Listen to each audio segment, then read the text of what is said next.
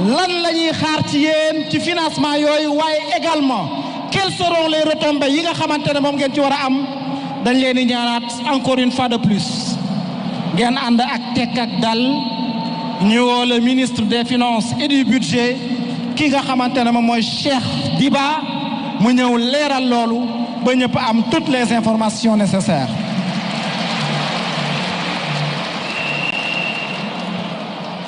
Merci beaucoup. Salam alaikum.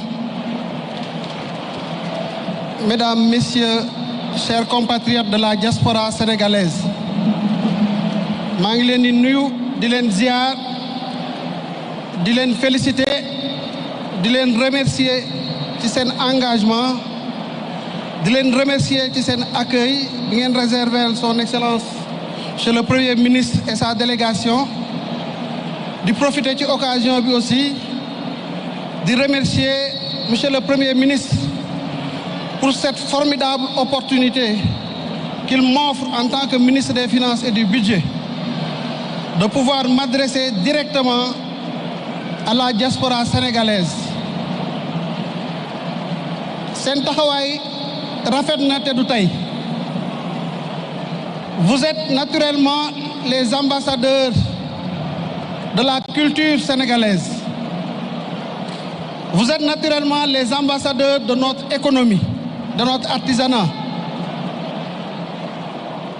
Vous avez été vecteur essentiel dans la transformation politique du Sénégal, vecteur essentiel de la transformation sociale à travers les transferts qui se sont déjà chiffrés en 2024 à 2211 milliards de francs CFA.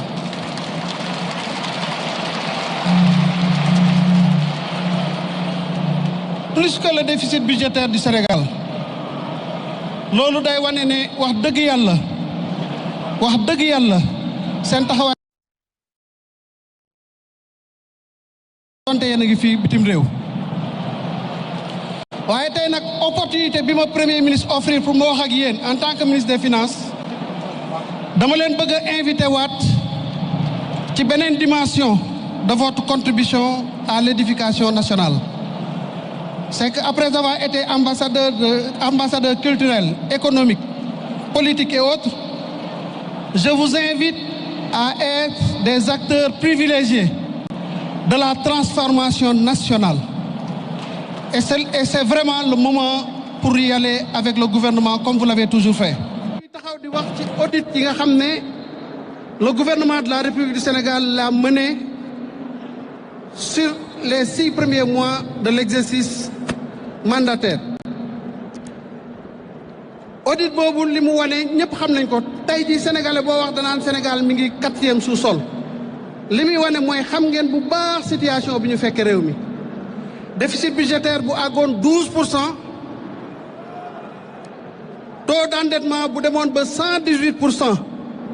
foofu lañ fekk situation réew mi pour synthétiser rek autorités yu bees bi ñu ñëwee sur la base du contrat qui leur lie avec vous, avec le peuple sénégalais, ñu tracé benn trajectoire boo xam ne dans les 25 prochaines années fa lañ bëgg a yóbbu Sénégal muy l'agenda national de transformation vision 2050. Le ministre d'État chargé de l'agenda national reviendra sur le master plan. Master plan bi mooy agenda national boobu nga xam ne sur 25 ans la fukki at yu njëkk yi naka lañ ko xalaate implémenté. Ministre de l'économie du ñàkk mu ñëw sur la stratégie nationale de développement qui est la déclinaison quinquennale de cette vision-là.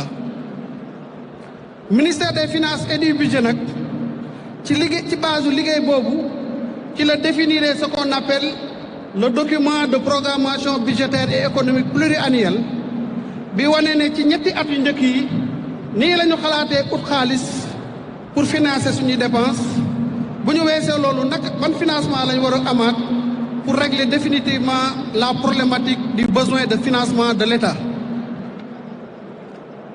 ci kaw loolu dafa am pàcc bu am solo boo xam ne ci la ministère des Finances et du Budget di liggéey mooy que ne dañoo définir un plan de financement pour l'année 2025, pour l'année 2026, pour l'année 2027 et pour l'année 2028 ñu ne ci période bii nii la ñu xalaatee mobiliser les ressources de financement pour l'État du Sénégal.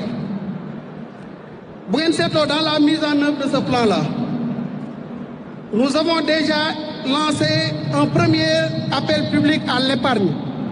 Ñu ànd ci ak benn société de gestion et d'intermédiation bu ñëpp xam, et cet APE a connu un succès formidable.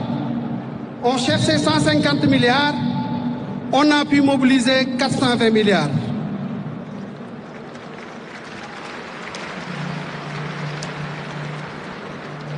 Nous lançons un deuxième APE en juin avec une autre société de gestion et d'intermédiation qui accompagne nos services dans la mobilisation de l'épargne de nos concitoyens. APE boobu nekk également une réussite. On recherchait 300 milliards. On s'est retrouvé avec un taux de recouvrement de mobilisation au-delà de nos objectifs. Troisième APE bi nag dañ ko war a lancer ce 18 septembre waaye innovation bi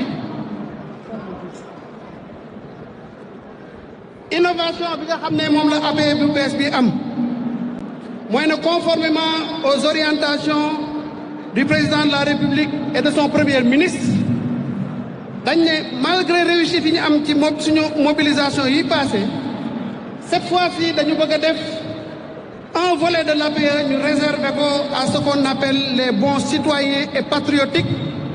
Et dans ces bons citoyens et patriotiques, nous allons lancer ce qu'on appelle les diaspora bonds, où on va appeler la diaspora sénégalaise, où qu'elle se trouve à travers le monde, de venir participer au financement de nos besoins.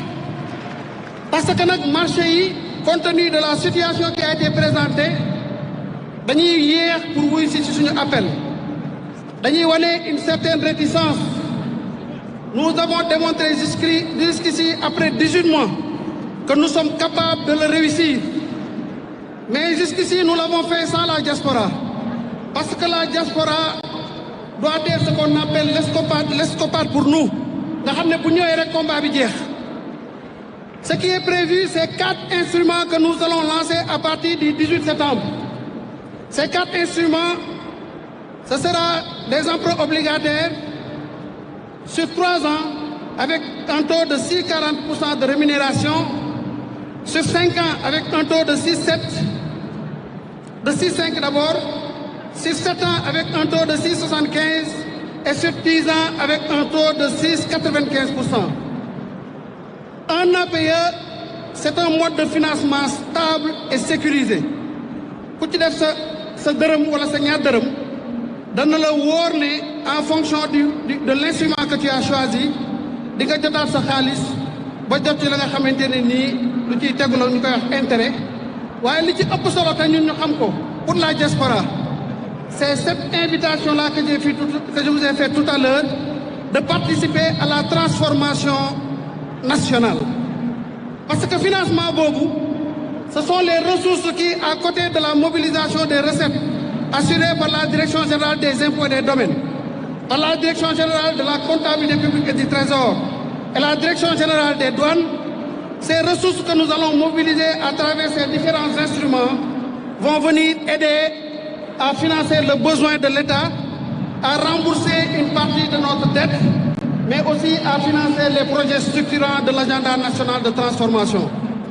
Voilà pourquoi nous vous invitons à vous mobiliser. Ce ne sera pas un appel circonstancié pour cet APE-là, mais nous nous engageons sur la période 2025 à 2028.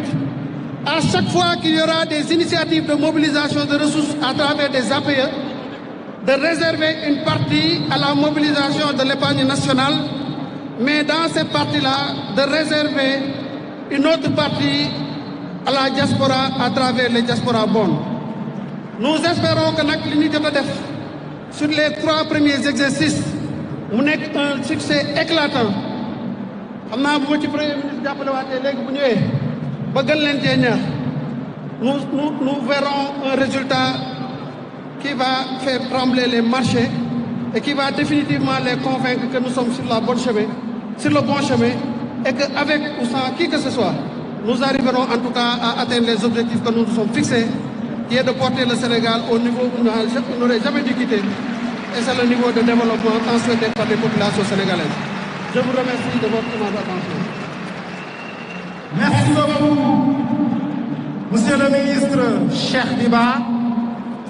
mbokk yi léegi nag dañuy jël kàddu gi. Merci beaucoup, Monsieur le ministre Cheikh Diba. mbokk yi